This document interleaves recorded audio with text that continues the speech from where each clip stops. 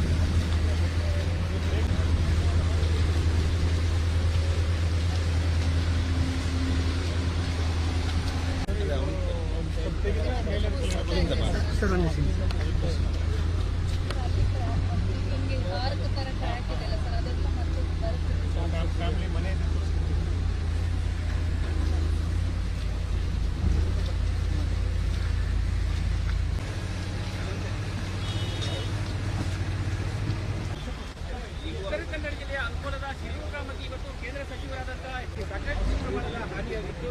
ಅದೇ ರೀತಿ ಪ್ರಾಣವನ್ನು ಕೂಡ ಕಳೆದುಕೊಂಡಿದ್ದಾರೆ.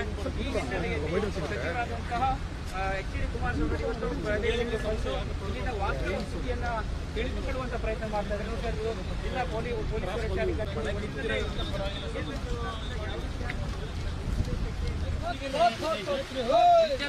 ಕಾಮಗಾರಿಗಳಿಗೆ ಕೆಲವು ರಿಸ್ಟ್ರಿಕ್ಷನ್ಗಳು ಮಾಡ್ತಕ್ಕಂಥ ಹಿನ್ನೆಲೆ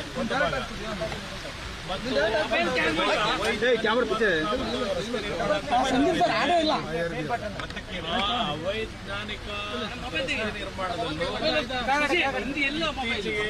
ಎಂತೆಂಥ ದೇಶದಲ್ಲೂ ನಮ್ಮ ದೇಶದಲ್ಲೂ ಹಲವಾರು ಭಾಗದಲ್ಲಿ ಉತ್ತಮ ಅಂತ ಕೆಲಸಗಳು ನಡೀತಾ ಇದೆ. ಆದ್ರೆ ಇಲ್ಲಿ ಸ್ವಲ್ಪ ಕೆಲಸದ ಬಗ್ಗೆ ಒಂದು ನಮ್ಮ ಅರಣ್ಯ ಇಲಾಖೆಯ ಕೆಲವು ತೀರ್ಮಾನಗಳನ್ನು ಕೊಡಬೇಕಾದ್ರೂ ಸ್ವಲ್ಪ ಸಮಸ್ಯೆಗಳು ನಾವು ಕಾಣ್ತೇವೆ. ಆದ್ರೆ ಈಗ ನಾವು ಅದರ ಬಗ್ಗೆ ಟೀಕೆ ಮಾಡೋದ್ರಿಂದ ಉಪಯೋಗ ಇದೆ. ಇವತ್ತು ಇಲ್ಲಿ ನಡೆದಿರ್ತಕ್ಕಂಥ ಅದರಲ್ಲೂ 5 ಕುಟುಂಬದಲ್ಲಿ 5 ಜನ ಅದು ಒಂದು ಪ್ರತಿನಿತ್ಯ ಶ್ರಮಜೀವಿಗಳಾಗಿ ಆ ಒಂದು ಟೀ ಶಾಪ್ನಲ್ಲಿ ಇಟ್ಕೊಂಡು ಜೀವನ ಮಾಡ್ತಾ ಇದ್ದಂಥ ಕುಟುಂಬದ 5 ಸದಸ್ಯರು ಮರಣ ಹೊಂದಿರತಕ್ಕಂಥದ್ದು ಅತ್ಯಂತ ದಾರುಣವಾದಂಥ ಒಂದು ಘಟನೆ ಇದೆ.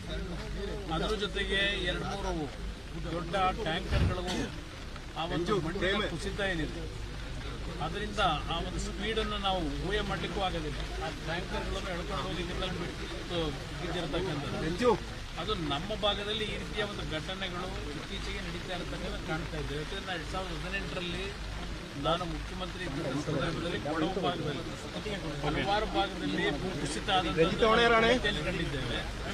ಆ ಸಂದರ್ಭದಲ್ಲಿ ಆ ಸಂದರ್ಭ ನಾನೆಲ್ಲ ನೋಡಿದ್ದೇನೆ. ಈಗ ಮಳೆ ಜೋರ ಬರ್ತಾ ಇದೆ.